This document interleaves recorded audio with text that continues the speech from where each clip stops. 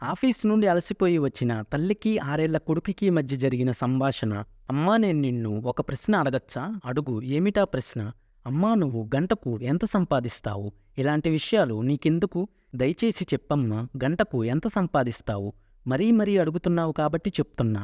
నేను గంటకు 100 రూపాయలు సంపాదిస్తాను. అమ్మా, నాకు 50 రూపాయల అప్పు ఇవ్వవా? నేను కొనిచ్చిన బొమ్మలు సరిపోలేదా? అమ్మ దగ్గర అప్పు చేసి బొమ్మలు కొంటావా? నోరు మూసుకొని గదిలోకి వెళ్ళి పడుకో. ఎందుకు ఇలా తయారవుతున్నావు? నేను కష్టపడి పనిచేస్తుంది నువ్వు డబ్బు దుబారా చేయడానికి కాదు. ఆ అబ్బాయి బిక్కముఖం వేసుకుని తన గదికి వెళ్ళిపోయాడు. కొంతసేపు తర్వాత తల్లి శాంతంగా ఆలోచించింది. తన సంపాదన కుటుంబ సుఖ సంతోషాలకే కదా అనుకుని కొడుకు గదికి వెళ్ళింది. బాబూ, నువ్వు నిద్రపోతున్నావా? లేదమ్మా, మేల్కొనే ఉన్నాను.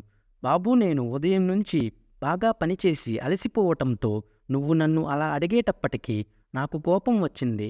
నీతో చాలా కఠినంగా మాట్లాడాను. ఇవిగో 50 రూపాయలు తీసుకో. ఆ పిల్లాడు నవ్వుతూ ధన్యవాదాలమ్మా అని డబ్బు అందుకున్నాడు. తన దిండు కింద నుండి కొన్ని నలిగిపోయిన నోట్లు, కొన్ని నాణాలు తీశాడు. పిల్లవాడు మెల్లగా డబ్బులు లెక్క పెట్టుకుంటున్నాడు.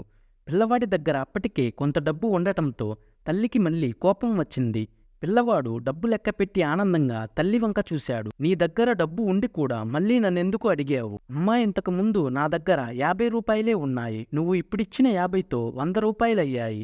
ఇప్పుడు నేను నీ సమయంలో 1 గంట కొనుక్కోగలను. రేపు నువ్వు తొందరగా ఇంటికి వస్తే కలిసి భోజనం చేద్దాం. తల్లికి నోట మాట రాలేదు. కళ్ళు చెమ్మగిల్లాయి. అర్థం సృష్టించిన అనర్థం నుండి బయటపడి కొడుకుని అక్కున చేర్చుకుంది.